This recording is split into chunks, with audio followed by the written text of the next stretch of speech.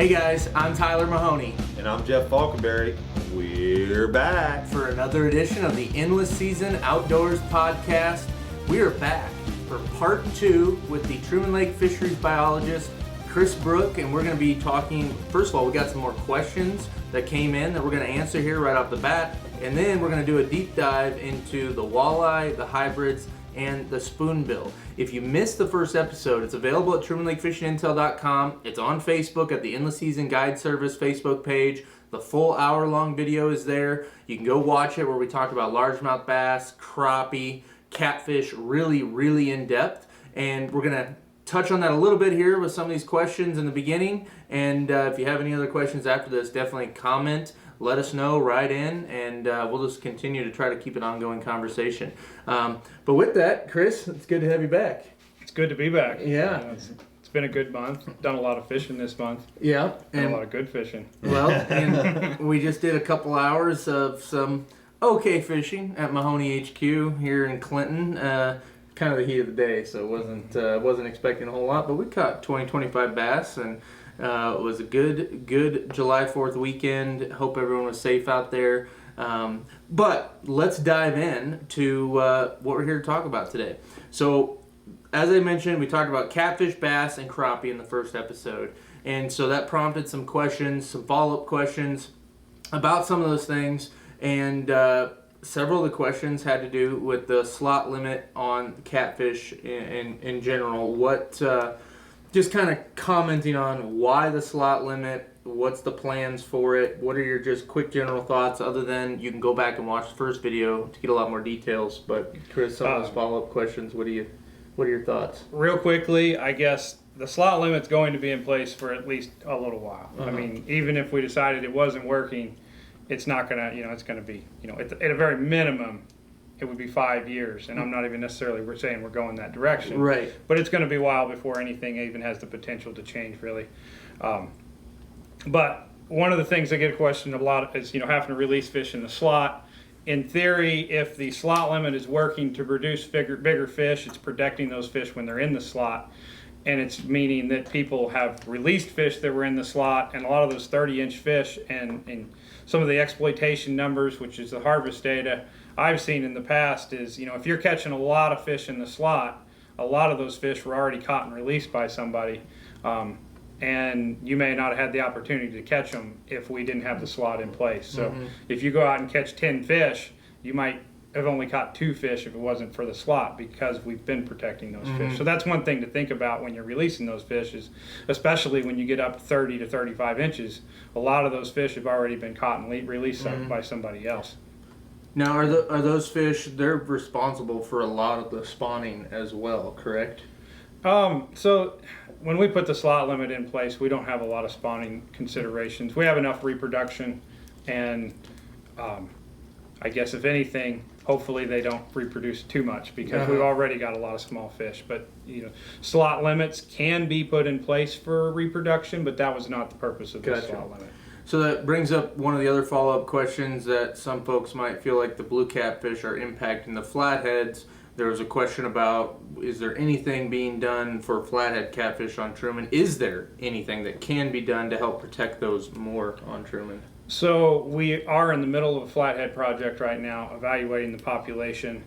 When we looked at it several years back, we didn't have real high harvest numbers, which would indicate if the population was declining, it wasn't because people were catching them and harvesting them, it's because of other factors. And there could be differences, as the lake has aged, we don't have quite as much woody structure as we used to, and it's possible there's some habitat factors going on there.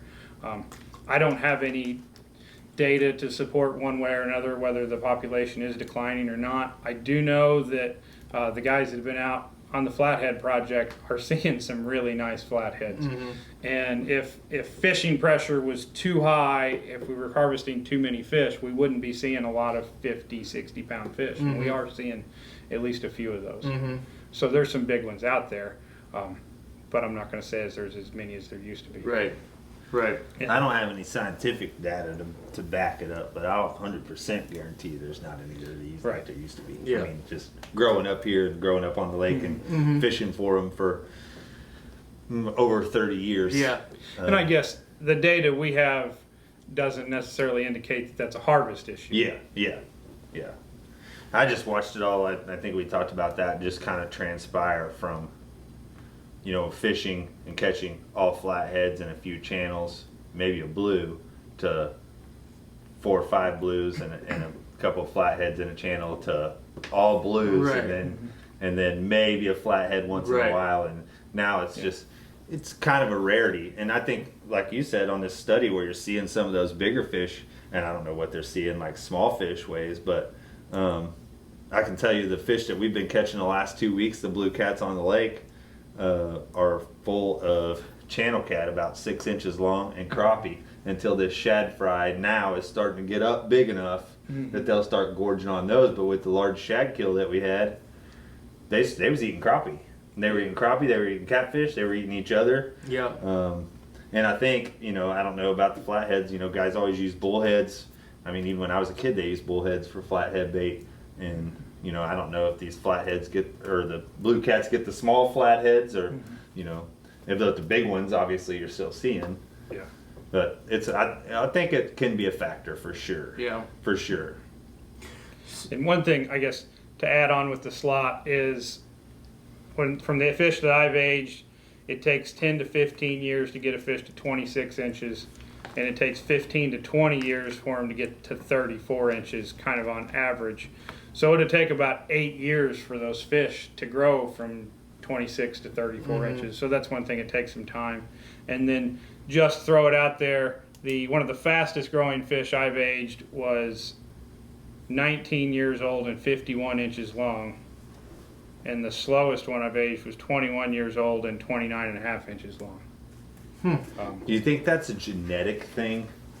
I mean, obviously it has to be, I would think. I'm sure there's some genetic traits and, just how, It could be, I guess the it wouldn't be personality dietary. of a fish. I mean, they all have the same thing, you know Right. what I mean? Yeah. Not necessarily. Because there are studies, not necessarily for catfish, but, what can make the big difference in survival in some species is whether or not, like a crappie, whether or not they make the jump to shad or something like that. So some fish may switch over to piscivores or fish-eating fish, whereas the others may not make that jump, and it can affect their growth rates. Okay. So it could be a difference in which ones, Dumb and smart. figure out how to. Yeah. It may make a difference which one figures out the fastest. There's a bunch of little shad out there I can eat. So it could be diet, but they all have the same available food, but it doesn't mean they're eating the same food. And then just, I don't know, not to give a fish a personality, but maybe some of them are more aggressive or less aggressive. And Well, I've always said it, they're just like people. Yeah. There's tall people, short people, round people, thin people. I think they're all the same. I mean, God made us all that way for a reason. And I'm not sure why. Just if we were all the same, it'd be a boring world. And we just stocked hybrids a couple weeks ago. I've seen that. And yeah. You hold them in your hand, and some of them are 3 times the size of the other ones, and they're only a month old. And the one that's biggest a month old is going to be bigger than the really little ones. Right. Yeah. 10 years from now, or however how many years down the road it is. So one of the other questions was, should we be concerned about zebra mussels in Truman Lake? So that's kind of a 2-part question. Zebra mussels are in Truman Lake, and from what I've read and researched, water temperatures are a limiting factor for zebra mussels. And Truman stays warm enough that up to this point we haven't had any issues. And I think I've heard some people talk, and I don't know if Jeff's noticed it, I've heard some people say since 2019 they haven't been seeing as many zebra mussels on the stumps and stuff. So zebra mussels in Truman seem to go through some die-offs. They're not just taken off like they do in some areas. Right. So I don't foresee any major issues in Truman Lake with zebra mussels. However, Truman has zebra mussels, and if you're fishing Truman, I wouldn't recommend taking them home and putting them in your ponds if you're going somewhere else or other impoundments. So I would still recommend, drying your boat out after you're in Truman, pull your plug, clean it out, do something to make sure you're not transporting zebra mussels. Right. Yeah, I think the fluctuating water. And I'm sure the fluctuation has to be a huge factor. The fluctuations have to, that has to be a factor. Because the water temperature is always changing on them, or whether they're in water or not in water. Exactly. Right. So this is an interesting one. I'm not sure there's any data anywhere that talks about it, but it's an interesting question: is what effect does live scope electronics have on the crappie? Seems like the larger fish are being targeted by not only the tournament fishermen but also guides. Catching large limits of large fish on a constant basis. Is there a negative impact at some point? Has there been any effect that we've seen? You haven't. So, I mean, there's some the answers buried in there, but not ones that anybody's going to like, probably. Right. Not real concrete answers. Uh-huh. But generally, if people are taking bigger fish out, it's better to take 15 big crappie out than 15 small crappie because, if you take a 15-inch crappie out, he was probably at the end of his life cycle and not going to be around that much longer. Whereas if you're taking 9-inch crappie out, they could have a few years left to grow and produce. So from a biological standpoint, shifting the harvest up to larger fish isn't necessarily a bad thing. But they are, people are taking more fish out too, and that's just something that we have to monitor and look at, and if it looks like it's making a difference, then we'll have to reevaluate some way. As I can't speak on behalf of the entire department, but I don't see live scope or that technology being anything we're ever going to ban. So if we saw an issue, it would come down to the individual lake, and do we have to change the limit or change the regulations? Right. But at this point, I haven't seen any issues. And one thing I can say, I get a lot of questions, paddlefish, crappie, a little bit on hybrid striped bass, catfish. I get questions where people say people are catching so many fish. I see it on Facebook. This technology's new. People are catching so many fish. It has to affect the population. Well, Facebook and spider. A few years ago, before LiveScope, 3 years ago, everybody was talking about spider rigging and the issues that would have. And I'm not going to say that it doesn't have the tech capability of affecting the population. But what I've never heard anyone say about crappie, catfish, hybrids, or paddlefish is we used to catch them when the population's declining. To this point, and I'm not, I'm with a lot of you that have trouble catching fish. So, there's people like me that can't catch fish, but I couldn't catch fish 5 years ago. But I don't have people tell me the fishery is declining, and don't email me just to say that because I might get an email now from somebody that saw the episode and says, well, it's declining for me. But for the most part, the concerns I hear are about the methods and the potential as opposed to the actual seeing a decline. And that's a lot of it, I think, and not to say that they're wrong, but I'm just saying that it's more broadcasted now. Yeah. You didn't see those Facebook pictures because there wasn't any Facebook. You know what I mean? Right. And over the years, it's just more people are getting into that. And fishing itself, I don't care what kind it is, whether it's trout fishing, catfish, and bass fishing, crappie fishing, it's blown up. There's fishing clubs in high schools. There's collegiate bass fishing. There's everything, and it's all just blown up and revolutionized into this whole new ball of wax. And now you see it, and you constantly see it because you're an outdoorsman and you relate to outdoorsman type stuff on social media. So when you scroll fish picture, fish picture, fish picture, fish picture, you didn't have that before, right? We were doing it. I was going to say, you and Richard were catching limits and good keepers for years. We were doing it pre-Facebook and catching big ones. And now, do we catch a lot more big ones? Yeah, but I think that is attributed to Truman Lake's just getting better and better and better and better. Yeah, electronics and everything, technology is advancing, but the lake is getting better. Yeah.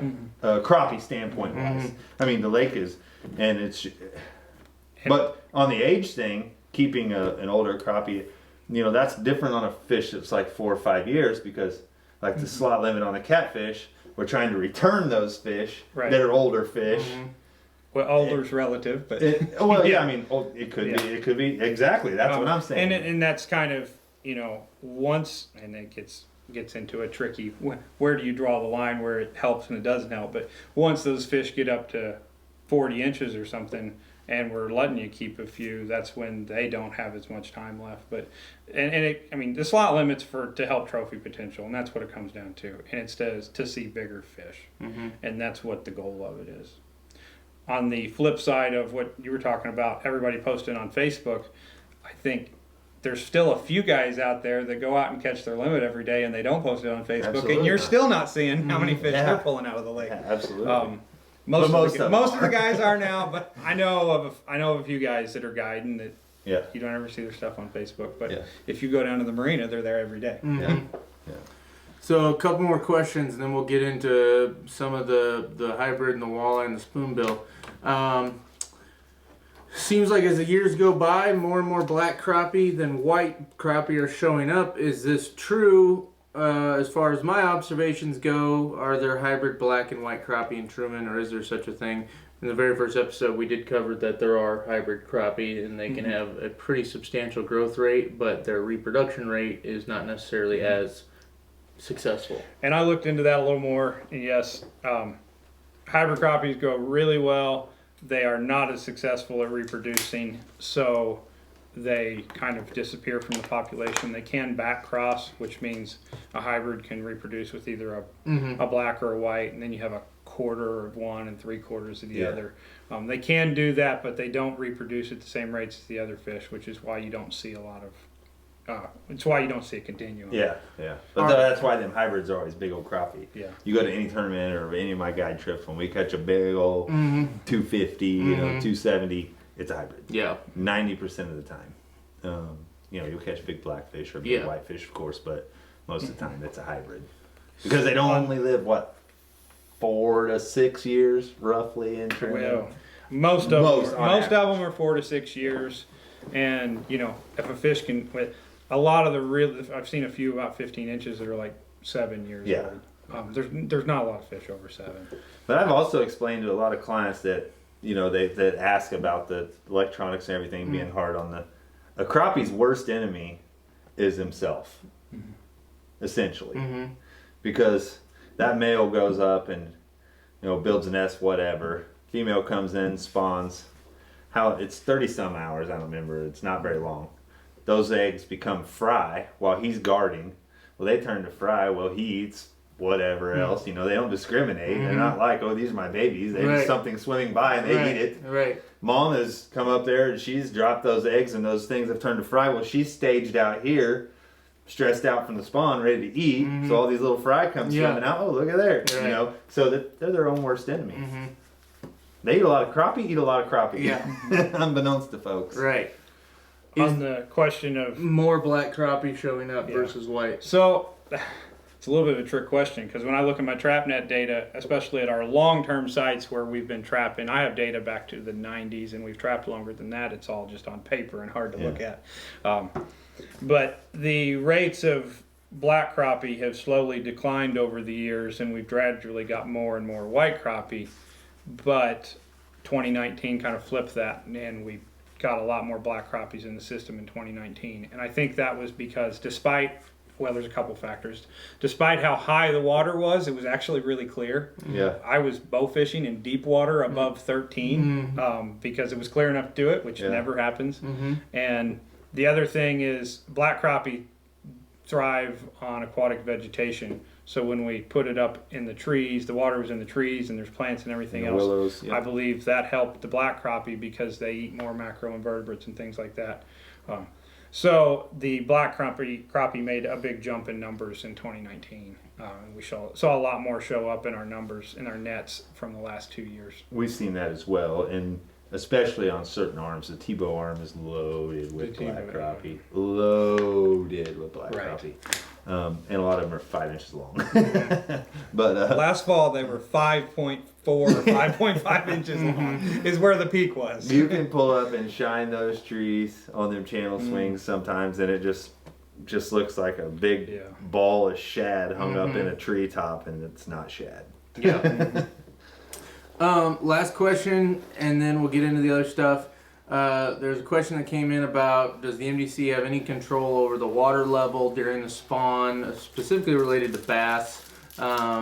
Feeling like, the bass spawn gets impacted, and I guess pretty much crappie and everything else in that time, when they're dropping water or, whatever it is. So the answer is not, you don't have a lot of control. Basically, the answer is there's no control. Yeah. Everything, and it's, this gets to a core question, but they They manage everything for flood control. It's a flood control and power. Yep. And yeah, we just It's a harsh answer, Yeah. but Mother Nature's brutal, and the lake's for flood control. There were That's MDC staff, investigated that question pretty seriously a long time ago and never got a question they wanted. And in the 80s, that was a topic of discussion. One question I've got asked a couple times was about largemouth bass and stocking largemouth bass.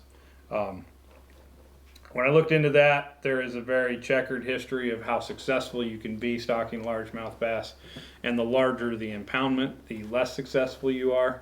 But there was a study that looked at a whole bunch of different studies where they tried to look at it, and they came up with kind of the average number being, if you can stock 32 bass per acre, you can potentially increase your numbers by 20% if you do that every single year. And that's just a number that, we would have to stock more bass than we stock everything else in the entire state, just about, when it comes to that would take 1.8 million bass. And that's for a 20% increase, but that's actually in a lot of small impoundments, and they say you don't do as well in large impoundments. So that would basically, if we took everything we stock in all of our large reservoirs and turned it into bass, just in Truman, then maybe we get a marginal increase. But the problem is, a lot of times those stock bass don't survive, and there's a lot of issues that could come into play there, and it doesn't seem to be something that would be successful or worthwhile in Truman. And then the other thing, some people talk about genetics. They have some protocols where they stock them in Oklahoma and Tennessee, I believe it is, stocks Florida largemouth to increase the genetics. And their protocols in those states are based on the degrees of heating days. And Missouri falls north and colder than anywhere they stock the Florida largemouths in those states. I knew the Florida strain had to do real good when you get north of. And their protocols are based on studies of it, and we're farther north than. I mean, it sounds like from what I saw, we're farther north than anywhere they stock Florida largemouths. Well, let's get into some of these walleye hybrids and spoonbill conversations. We'll start with walleye. Someone asked, will they stock more walleye in the lake? I had someone write into the website recently asking for a walleye guide, to which I was like, well, if you can find one, let me know. But this past spring, the bass tournament guys are catching a lot of walleyes. Everybody in the last month. Catching a lot of walleye. So let's talk about that. Fill us in a little bit about the walleye plan on Truman. What do you do on stocking on a yearly basis? What the outlook of walleye is on the lake? So I guess the will we stock more walleye is kind of a two-part question. I don't see any time in the near future changing our protocols for how we stock walleye, which is at this point, our hatcheries have a target number how many fish they're going to produce, and we call that our production fish. And then anything over that is called surplus.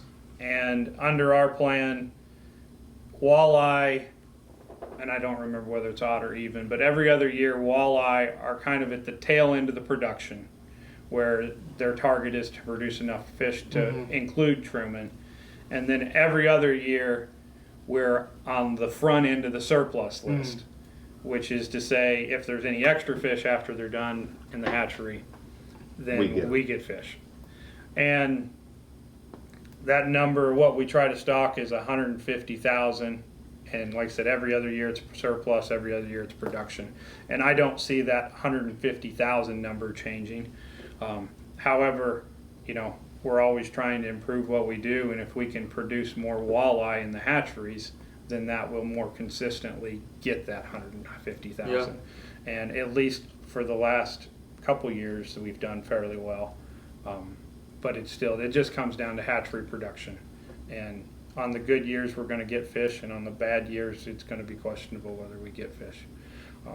Now, one thing we do have going on with the walleye right now is we have a lot of fish that are between 14 and, Jeff, you're catching them as the bigger end, 16 inches on a lot of them. Yeah. We have a lot of fish between 14 and 16 inches that I believe are 2-year-old fish that came from the flood year that were naturally reproduced.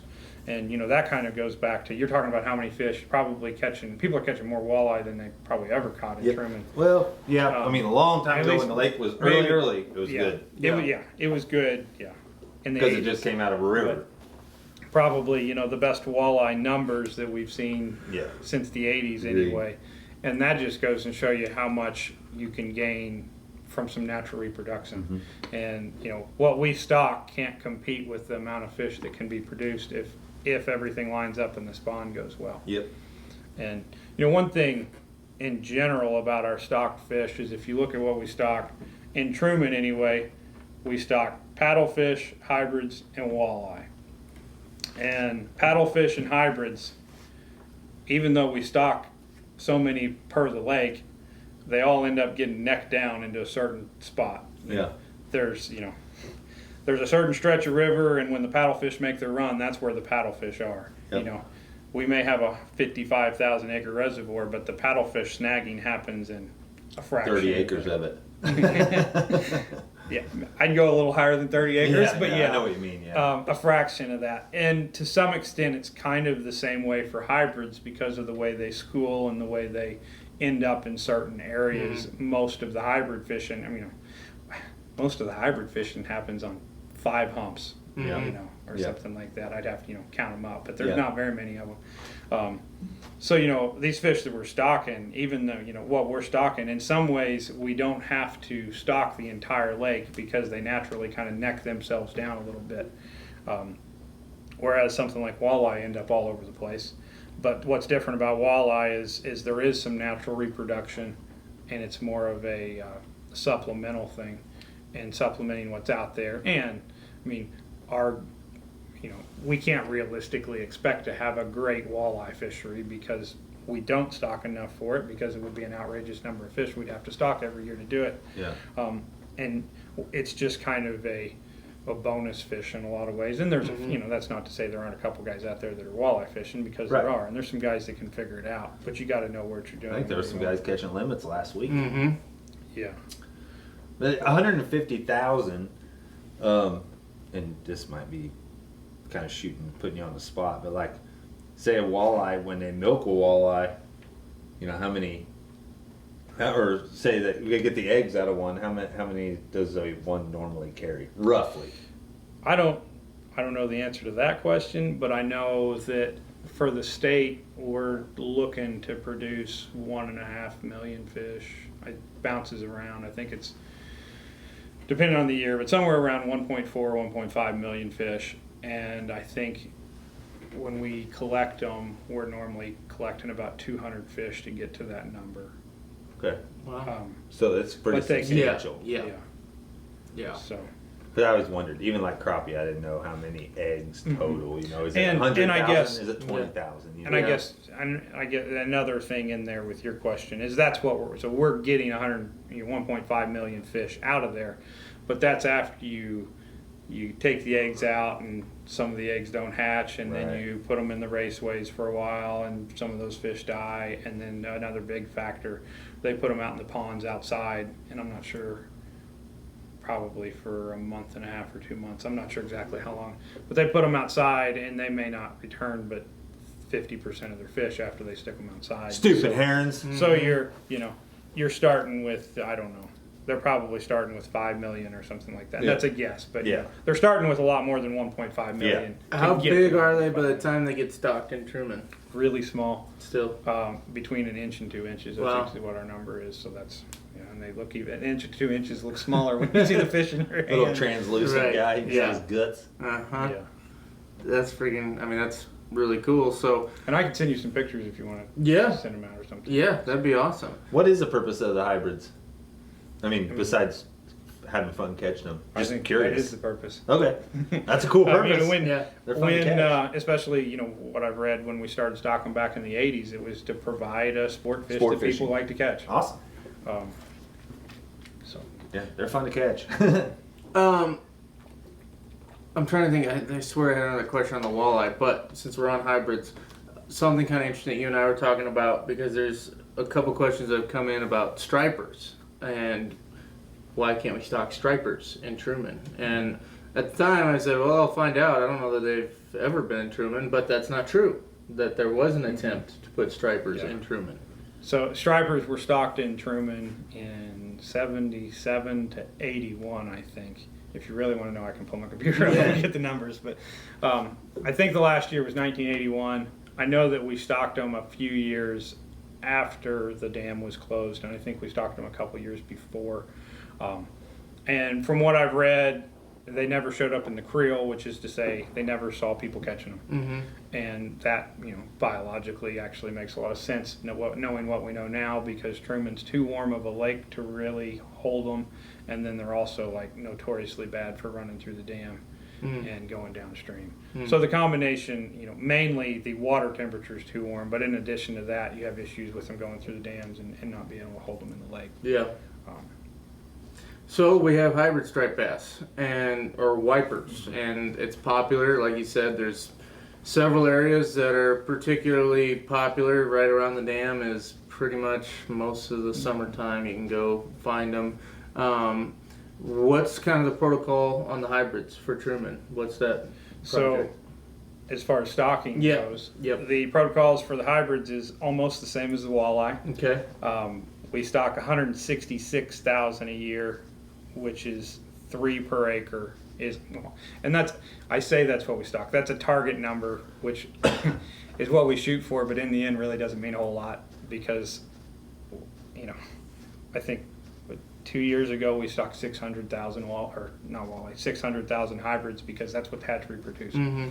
But like walleye, we flip-flop back and forth with Lake of the Ozarks for who gets the production fish and who gets the surplus fish. So every other year those are production fish, and every other year they're surplus fish. But Truman gets 166,000 fish. Lake of the Ozarks, if they're ahead of Truman in line, gets 166,000 fish, and the whole rest of the state gets like 50 or 100,000 fish. Maybe not even that many. I'd have to do the math and look at the numbers. But if the hatchery does well, they produce enough fish that Truman gets fish, and if the hatchery has a down year, we don't get fish, and that's just kind of what it ends up being. Well, they grow pretty rapidly though, huh? They do. So you turned them loose the other day. Some of them was 3 inches long, and some of them I don't know was that any an of inch them and a were half. 3. Yeah, they were probably more like an inch to 2.5 inches. Yeah. But I don't know. I doubt any of them were 3 inches. But I mean, in 2 years or 3 years, so those fish will be how big, roughly? Obviously, it varies a little bit with growth. Right. But right now, I'm sure you've been catching a few of the hybrids, even though you're not targeting them. Right. There's a lot of them in the lake that are between 15 and 18 inches, and those are 2-year-old fish. Yeah. And that's when we stocked 600,000 fish in 2019. I was kind of playing around to kind of a study of sorts to see how much they moved. We put them all in at Berry Bend, and I've been getting reports that they're all over the lake. Yeah. Well, Which many is of you kind of guys what have I been catching in the last 2 weeks. I think they're all down on the weir. Yeah. Well, Every one of them. Yeah. I've been catching a few of them there. So there's definitely a lot of them there, but I'm hearing reports of them in a lot of other places too. They've moved all over the lake, and they apparently survived well. They've grown well. And I say those fish are 15 to 18 inches. From some of the guys I've talked, you can see a few of the fish from last year, and the fish that we stocked in 2020 aren't as big as a 1-year-old fish as the fish we stocked in 2019 were as 1-year-old fish. So our 1-year-old fish might be growing a little slower than our 2-year-old fish, which makes sense because we stocked them in a flood. And fish like water, and that flood just produced a lot of food and everything out there, and I think those 2019 fish got a really good boost from that flood year. And a bigger fish eats more food. Yeah, and the faster you get big, the more you can get bigger. It's kind of a snowball effect. Yep. Well, and they're eating a lot of crappie too. That's what I was just getting ready to say. I mean, Cody's been cleaning the hell out of them with 3 to 4 inch crappie in their stomachs. I think Bob Bates has as well. So interesting, you kind of touched on it, but someone wrote in that they had heard that the hybrids are running a little smaller in the last couple years. necessarily know exactly what they mean, if they just been hearing a few anglers here and there not catching any big ones. Sounds like you said a lot of them are that 15 to 18 inch range. Yeah, we're seeing a lot of fish right now that are 15 to 18 inches. And if you get out there and fish for them, you're not going to catch the big fish where you catch the little fish. Or, I mean, if you were targeting them, you would go to different places and try different tactics and do different things. So you could very easily get into catching a whole bunch of 16-inch hybrids and be like, where's the 24 inchers? Well, they're in a different spot. So if you want to go target 20-some inch fish, when you find the 16 inchers, go somewhere else. Yeah. Well, and one of the things that I hear from some of the guides that do a lot of hybrid fishing, they're out there, like you said, concentrated, usually with a lot of other boats in the same general areas, usually on the lower lake within 5 to 10 miles of the dam. And they notice that a lot of people are keeping what they think are white bass, but in reality it's a bunch of 1.5 to 2 pound hybrids. What is the best way for an angler to identify a hybrid versus a white bass? That gets into a tricky question, because when you see enough fish, you just look at them Right. and you know. The hybrids, well, when you catch them, you can know because they fight better than the white bass. Not that that's an identifying characteristic, Right. but you can get some hints there when they fight, when a fish is fighting a little better than any of the white bass you catch. And then their lines are bolder.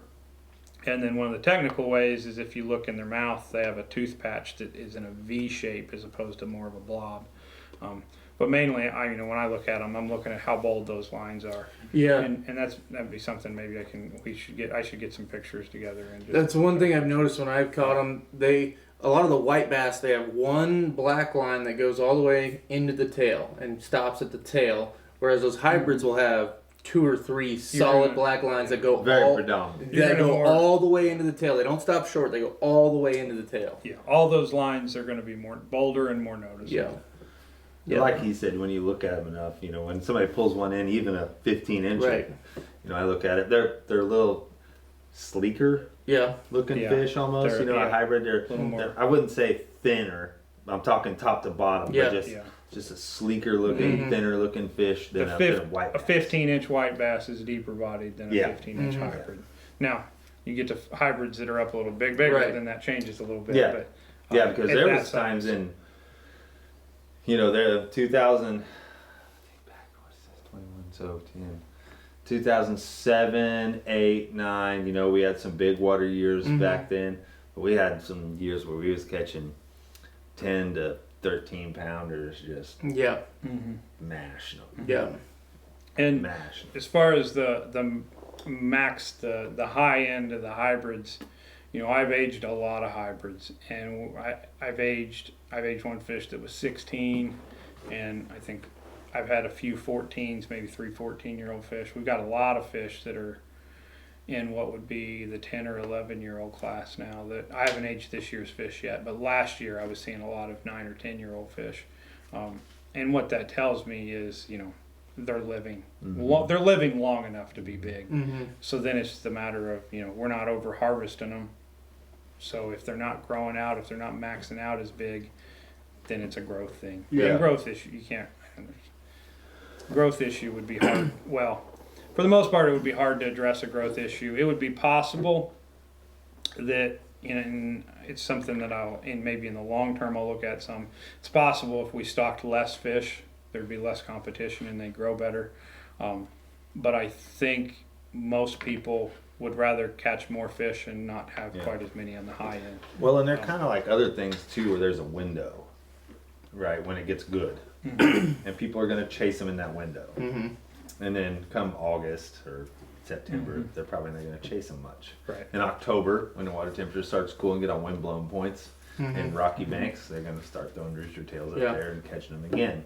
But that, they're not going to really chase them in March, April, May, first part of June, and then it starts to turn on. They catch them in a window and then they move on to something else. It's like other things, not like crappie or catfish or whatever, where you just all year long. Where do they go in the winter months? Because it's like people don't even see them or find them. Deep, I reckon. Yeah. I have no idea. Yeah. Somewhere where nobody That's finds them. Yeah.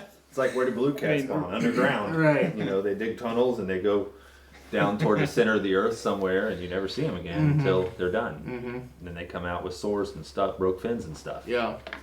So one thing Cody's told me, when the water temperature gets up, especially into the mid 80s, I mean, you'll catch a hybrid, and he is a pretty confident believer, as I think the other hybrid guides are as well, are that if you let that fish go, it's going to come back up to the surface. And I think it comes from a lot of experience of them seeing that. Yeah. Why is that with a hybrid? I think they got that opinion a little bit because I told them that. Okay. I mean, Don't I think they it's put off a fish. acid in their stomach when they're I don't- stressed? I don't necessarily know the technical or biological reason for it, but I know that there's studies, and really around, in the study I seen, and around 75 degrees on the water temperature, you may be killing 10 or 15% of them. And even if I've heard these stories, people say, well, I turn my fish loose and they look great when they swim off and they don't die. It's not true. I years ago I heard a guy talking about that. He said, I was always that guy, and then they came out on my boat and they studied my fish and they swam off fine and they still died. And when you get the water temperature, about 75 to 80 is where it starts jumping up. And by the time you hit 85 degrees or 85 to 90 degrees, you're killing at least 50% of the fish. So yeah, kind of from a biological standpoint, or I would say, especially on a put and take fishery, if you're catching a big hybrid in the months of July and August, and you're thinking about keeping it, go ahead and keep it, because there's a good chance you're going to kill that fish either way. So yeah, especially if I think Cody and some of those guys have gone more towards, especially when the fishing's good, they're catching their 4 fish and then they're calling it quits because we're not gonna kill more. Kill a bunch of them. Yeah, absolutely. And if you were fishing down by the weir the last few weeks, you've seen the floating hybrids and white bass, that have accumulated, because thousands of fish have been caught up there. I would say thousands, but I've probably caught hundreds in the month of June. There's a lot of people fishing out there, so tens of thousands of white bass and hybrids have probably been caught out there. Do the white bass have the same issue as the hybrids as far as they're just why do they die? It stresses them out. Yeah. And that's what I've always heard, that they get stressed. I guess it'd be like if we went out and ran a marathon, and some of us could handle it and some of us couldn't. Just their last dying effort. They fight till the death. And and I guess the warmer the water it is, the more stress it puts on them. So. But do the white bass have as much of a problem with that as the hybrids? There gets to be a size question in there. Okay. And I think it's probably going to be harder on bigger fish, and partially because those fish fight harder and it takes you longer to get them into the boat. So to some extent, you don't necessarily see it as much with whites, but it's probably because they're smaller fish and you can horse them into the boat and you don't take them as long as fighting. Right. And to some extent, it's not necessarily a well-studied topic, especially on hybrids, but the bigger rigs you're using, the faster you get them in the boat and the faster you get them out of the boat, in all likelihood, the better chance they have of surviving. So, if you're up there crappie fishing and hook into a hybrid and it takes you 15 minutes to get him in the boat, He's going to die. he doesn't have a good chance. If I remember right, lake trout is the same way up north. Yeah. I think they do the same thing. Because we would catch them big old lake trout and fight them and fight them and fight them and fight them and fight them. And even you would keep them, they'd be dead in no time. They just... Yeah, and some fish live better than others. And hybrids are a species that, I don't know, they're temperate bass just in general don't seem to survive as well as some. Like a shad. Like a shad. You could, it has to be like something like a common carp. You could fight a common carp and gar the same way. I think you could leave them out on the bank. He would, you could leave a gar on the bank for a day, and it feels like you throw him back in there and he just swims on. Maybe not entirely true. And actually, I think So some species are just more prone to stressing out, and the water makes it even worse. And the bigger they are and the harder they fight, the more it's going to take out of them. Yeah. We see that with catfish even. A blue cat this time of year, if you put him in a live well and you don't keep a lot of water on him and keep it running pretty good in that warm water, he'll turn up. A flathead, you can leave him in the bottom of the boat and he dries out and you can't see out of his eyes, whiskers sticking to him, whatever, and you throw him back on a live well, he just swims off. Yeah, it is interesting between the species. How are you, so when you're sampling hybrids, you're taking, or you're not using net, are you just going with anglers that provide the fish? How you get the fish to? What I've done for hybrids is I just take fish from anglers. Okay. It's not real easy to sample hybrids, and in a lot of the places where they do sample hybrids, they do it with gill nets, and you tend to kill fish when you use gill nets, and we've just kind of, as a state agency, we don't really do much with gill nets because of that, with some exceptions. I think in the Missouri, I think they do some gill netting in the Missouri River for sturgeon, but they're actively fishing them. So, the net's only in the water for, 15 minutes or 30 minutes, and they're pulling it right back out. But, for us in hybrids, we've not gill netted them, and I think that's largely because you're killing fish if you gill net them. So then, for me, the easiest place for me to get fish is to get them from guides, because I won't throw any numbers out there as how many fish they give me, but they can give me a lot of fish in a hurry. I'll get complaints if I told you how many fish they're catching. Yeah, I don't doubt it. Well, that actually brings me back to a question I had about the walleye, which was, do you do much sampling on the walleye with the electroshocking? We don't do much with walleye. We'll pick walleye up in our bass samples at times, but a lot of that is, the population isn't big enough for us. Well, there's not a real easy way to go sample walleye. No. And I say that, and I started to say the population isn't big enough, but actually, I think we could probably run up the rivers and do some walleye sampling, which is something I've thought about, but that takes a whole nother boat, because you're talking about getting a jet boat, which I can kind of, I can't say that I don't have access to a jet boat completely, but I don't have one that's under my control. Right. So it becomes a little more complicated for me to run up and sample walleyes. And then, anytime I'm sampling, I have to ask the question, how much time do I put into it and what am I getting out of it? Right. And that's not to say there isn't value in it, but at this point it hasn't worked out where it's made sense for me, because there's a lot of other things I have to do too. Right. So that kind of brings us to the last stocked fish that we wanted to talk about, which was spoonbill. And just kind of see, how the lake is managed for spoonbill, what the process is, what the outlook for the spoonbill population is on Truman, and just get your thoughts on that.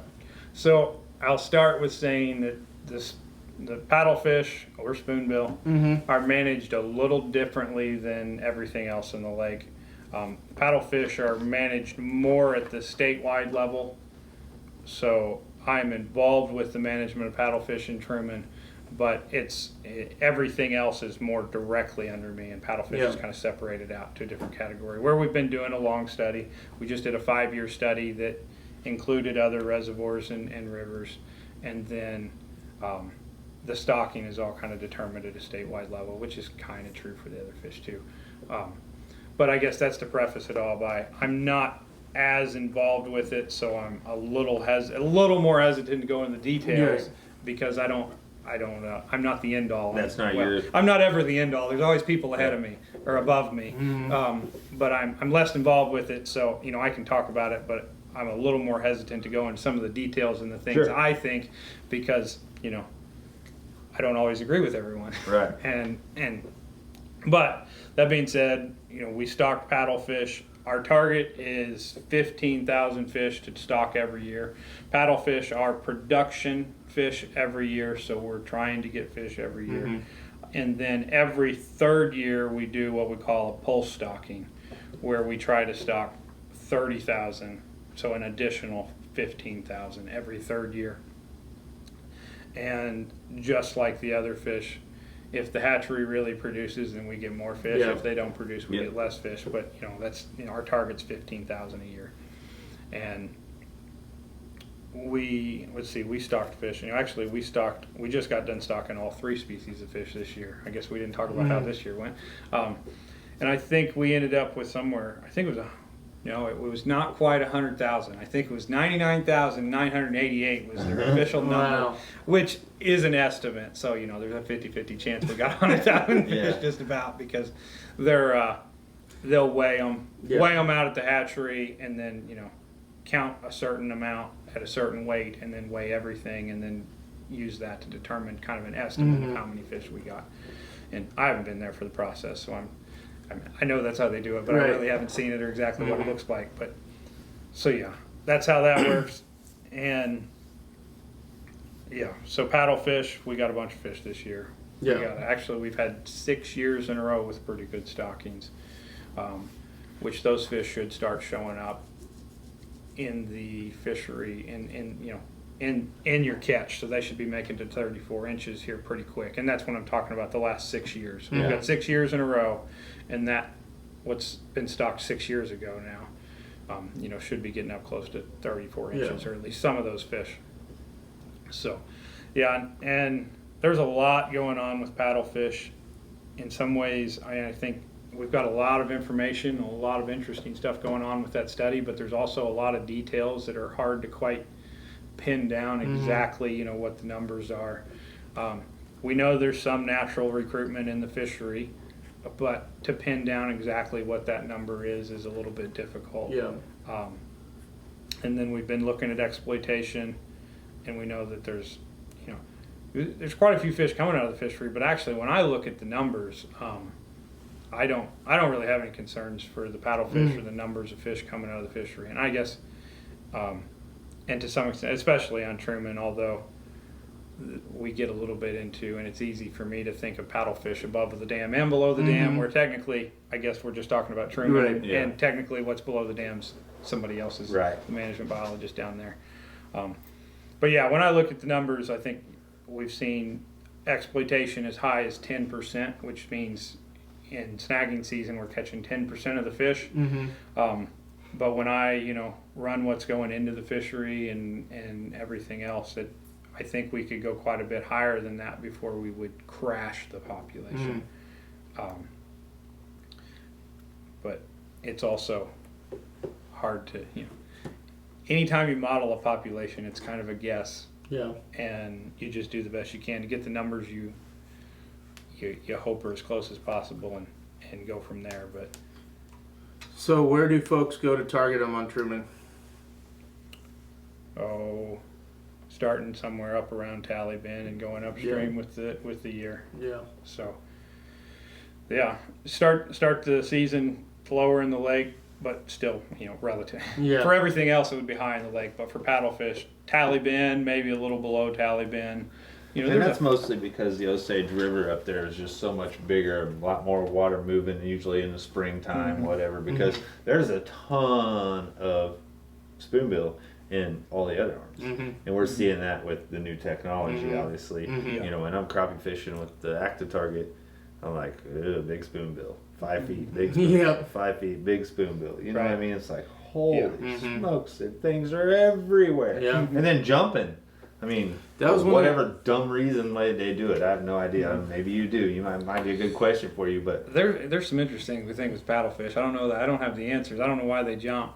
isn't that crazy how they do it though? I mean, it's like a whale. Yeah. There was actually a study. I went up. I don't remember where they did it. Up in South Dakota or something, where they had telemetry tags on spoonbill, and they saw that when the lake iced over, I think it was one of the big Missouri River reservoirs up there, when the lake iced over, the spoonbill swam around and gradually got slightly shallower until it thawed out. It was like they'd swim around, and when I mean slightly shallower, it's like they'd swim around for a week and get a foot higher in the water column. But it was like very consistent. It was like just slightly higher and slightly higher. And in a meeting with a bunch of biologists, they get to the end of the presentation, and somebody's like, "So why do they do that?" And the guy's like, I don't know. Yeah. What do you guys think? It seems like in June, when the water temperature gets up, over 75, starts hitting that 80 mark, those things just come shooting up and then lay flat and hit, all they do. the time. And you're fishing up on the weir, and there's somebody in the boat next to you. It's like, what was that? And they're like, it's a big paddlefish. They're all. You're just driving down the lake and you just see them out of the corner of your eye, just all over the place. Have you ever hit one? No, but I've had them like jump. We'd be crappie fishing, and one just come up by the boat and literally splash you. I mean, that close, or hit the boat. You know, I've had them come up in front of the boat where I'm thinking, oh no, here we go. Yeah, I remember distinctly. I was with Brad Jelinek last summer in the Osage Arm, just a couple miles up from Berry Bend, and chasing crappie around, but dozens and dozens. Yeah. I mean, if not hundreds, for our 4-hour trip, just constant, all over the place. Coming up like and that. It's not like they come jumping out, like a dolphin does. It's like a big whale, like they go straight as they can go to fall. I've heard all kinds of things. They're trying to shake stuff loose or whatever. I don't know the answer to why they do that, but I can confirm that they do that. Oh yeah. All you have to do is go out on the lake. Me too. You go out on the lake for a day this time of the year and you see them. I don't know why they do it. Now, as far as you say, you're seeing them in the lower lake. One thing about paddlefish that is different about the other species is they seem to more readily move around. And there's some variation from species to species for sure. And it's not necessarily easy to get the tracking data to do it. Especially you can't track fish on Truman effectively unless it's something like paddlefish. If you tried to, track a blue catfish, he'd run off in some corner of the lake where you'd never find him again. Yeah. Whereas paddlefish, they kind of congregate. There's a lot all over the lake, but there's also a reason people hit the Osage Arm. I've seen them schools a mile, measured it on my graph, a mile and a half long, and then watch that school just, move up the river over a period of days, It's kind of weird. And and you're talking about moving over days, but from the spawn and where those fish bouncing all around. I mean, it seems like a high percentage of those fish end up at the dam part of the year, and a high percentage of those fish end up above Osceola part of the year. And I don't think, I'm sure blue cats move around quite a bit, but I don't think most of your fish in the lake, paddlefish probably move about as much as anything. Yeah. I know hybrids move a lot on some of the studies I've seen. Hybrids move a lot, and catfish, the blue catfish move a lot, and the paddlefish move a lot. Some of the other species, I know walleye don't move near as much. Doesn't mean they can't. You'll have a few fish that will, but they don't move to the same extent as some of those other fish. And I think bass will stay in place a little more. Your flatheads will stay around a little more. I don't know as much about crappie movement, but I don't think they move quite as much. They either. don't move as much as people think they do. But it kind of varies by species. But paddlefish, kind of where we started this government, are ones that those things that move. And even if you take it outside of Truman, we had tagged fish. There was fish that were tagged in Truman that got caught at Gavin's Point in South Dakota. Like fish that were in Truman and went to Lake of the Ozarks and went to the Osage River and then swam a long ways. I don't know how far that is. That swam hundreds of miles upstream until they finally hit a dam and they had to stop. And I know of other situations. My brother's in fisheries too, and he was tracking fish. He tracked lake sturgeon for a while on the Osage and Gasconade River, and they had some paddlefish that they could pick up the numbers for. And he said, paddlefish would go to one tributary for a week and then come back and be in the Osage or the next week, and how much they'd move around, and maybe I'm probably not exactly right on the details there, but definitely seeing paddlefish just skip country and then and then come back and then show back up on systems bigger than Truman Lake. So they're running all over Truman. There's probably fish that come off of the Osage and run up to Grand and then on a whim just decide to go back to Osceola. Man, those jokers are everywhere. I can tell you that. It's crazy crappie fishing. You just see so many of them. Yeah, we were on the Osage again. I was with David Townsend on Friday, and we were pretty far back into a big cove, and had a couple go by the live scope.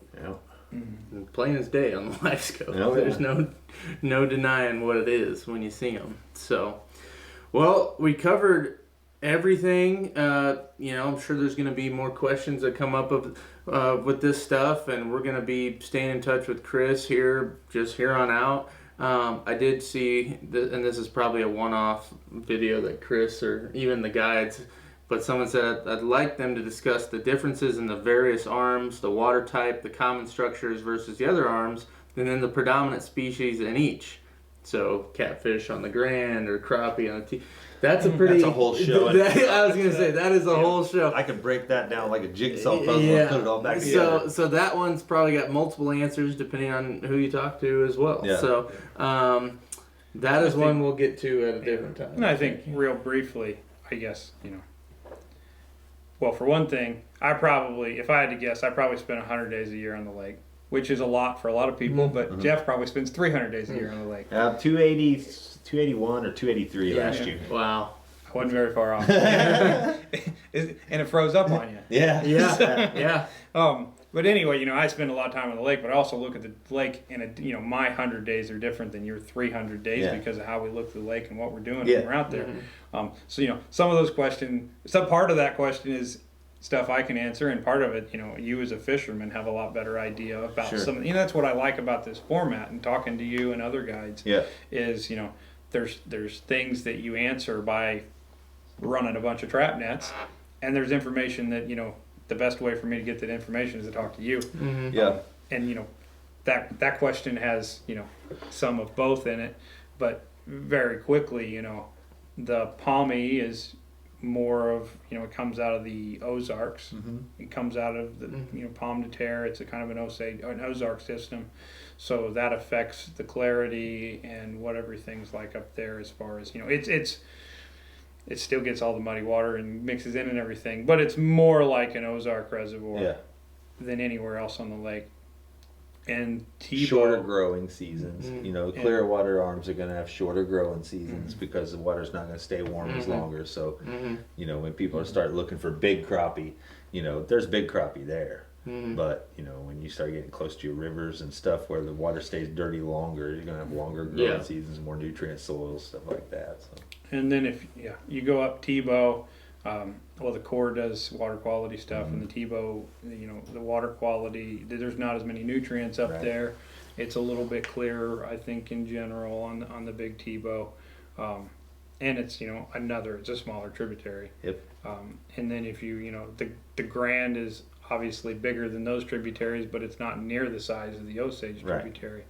And sometimes people ask me questions, and it's kind of like, well, for when you come down to fish, it depends on if we had a rainstorm that was in the Osage and missed the Grand, then you're going to have clear water on the Grand. If we had a storm come through that hammered the Grand, what's happened in the last week can affect, the differences between those. 100%. We're running into that right now with high water. Today the lake was 717 something, coming up. And, for the longest time, anytime we get current in, the catfishing is going to get good. And just like on the Tebow, the catfishing was just excellent. But then that Osage is so big and the Tebow is so small, it hits a point where it starts getting big enough. Well, then that Osage starts pushing backwards up that Tebow, right? So then the bite goes to crud. Well, on the Osage, you still got that good current. So, that bite's still going to be good, but this bite's terrible because it's pushing them to push, so like you said, day-to-day factors. And when Missouri gets right and they can crack the dam open, Katie bar the door. And then you also, to some extent, as you move across the reservoir, as you go from Warsaw to Clinton, you change from being in the Ozarks. Rocks to mud. To being more in the plains, the grassland, prairie type stuff. So you can kind of see that's a difference, so you more your bluffs on the Grand, you go through a bucksaw, and then all of a sudden it just flattens out. And you got the great big wide open area up around Hay Creek. Once you get up to Hay Creek and above, it flattens out. So there's a little bit of difference there. Some parts of the lake have more timber than others. And when you get lower in the lake, just by the fact that you raise the water level more, you're not going to have as much timber and stuff, so it's easier to run wide open, for our less experienced boaters that don't know where to go. And that's what it is. And and think of the marinas. You got Long Shoal and you got Bucksaw and you got State Park, and they're all 1, 2, 3 kind of starting at that Grand Arm and running up. So that's going to concentrate a lot of your traffic in those areas. And the Osage is not as easy to run for a novice as the Grand is for a ways. The Tebow is not easy for anybody to run. But that kind of stuff, it's all a huge factor. But what's nice is there's areas on the lake, Brush Creek, Hoagle's Creek, some of these big creeks like that, or big coves, I guess you'd call them. Those things fish like little lakes by themselves. You could virtually, Hoagle's Creek and Brush Creek, and there's another one. But you could almost stay in there all year long. Fish every pattern, fish your summer pattern, your winter pattern, your spring pattern, fish every single pattern, and never leave that cove, because you've got all kinds, everything that those fish need. They've got deep water on them, channel swings, they've got flats on the other sides, they've got the creek stuff all the way in the backs. You could fish those creeks all year long and never leave them. Just switch patterns as the seasons change. And that's what's kind of cool about Truman. Yeah. Well, Chris, thanks for being here again, man. Yeah, thanks for having me. I got one more thing. Yeah. With all these questions and all this stuff, and like you said, you've got some resources now where you're working with us a lot, and there's a few more guides popping up, so you got a few more fruits to pick off the tree. But with the hatchery doing what they're doing, and these people with questions and stuff, is there volunteer programs, like if somebody was retired and wanted to help out at the hatchery, or anything in fisheries that NDC does, that any volunteer work that people could help with? I'm not sure what the hatchery's doing now. So the hatchery did have volunteers for their visitor center, but we've closed down the visitor center. Right. I don't know if they're taking volunteers anymore over there. I generally don't take volunteers just because of the liability and paperwork. Sure. Yep, I understand. I just kind of steer away from it because it makes life easy. Sure. I understand. No, I get it. I understand. For when I was younger and had opportunities. I understand why people would want to volunteer. Yeah. I'm a fisheries guy. I love being on the lake myself. Sure. But it's easier for me to steer clear of it most of the time. Yeah, I get it. And we do have some programs that have volunteers. We don't take a lot necessarily in this area, but there are some, like our Discover Nature fishing program takes some volunteers, which is going out and helping kids fish or learn how to fish. So there's some opportunities out there. For me on Truman Lake, I just turned the volunteers down, unfortunately. I mean, it's not necessarily the answer I want to give you, but sure. that's just kind of where I ended up. Yep. Well, good deal. Sounds great. Whatever questions you guys have, keep sending them in, and we'll have Chris on here and there for sure, here for the foreseeable future. And we'll look forward to seeing you guys on the next one. Not sure who our guest yet is going to be, but we're going to try to have a guest just about every time. So if you're watching this or listening to this, be sure to let everyone else know that you think might be interested. They can find this on Facebook at the Endless Season Guide Service Facebook page. They can find it at TrumanLakeFishingIntel.com, the Truman Lake Fishing Intel YouTube page. You can listen to this podcast pretty much anywhere. Everywhere. Yeah, pretty much everywhere you get your podcast. It gets posted to one spot, and that spot blasted out to iTunes, Spotify, all that good stuff. So we appreciate you guys watching and following along, and we're going to keep bringing you the best stuff that we can around this area, so, and beyond. Until next time, I'm Tyler Mahoney. And I'm Jeff Falkenberry. And our good friend and guest, Chris Brook. We'll see you on the next one.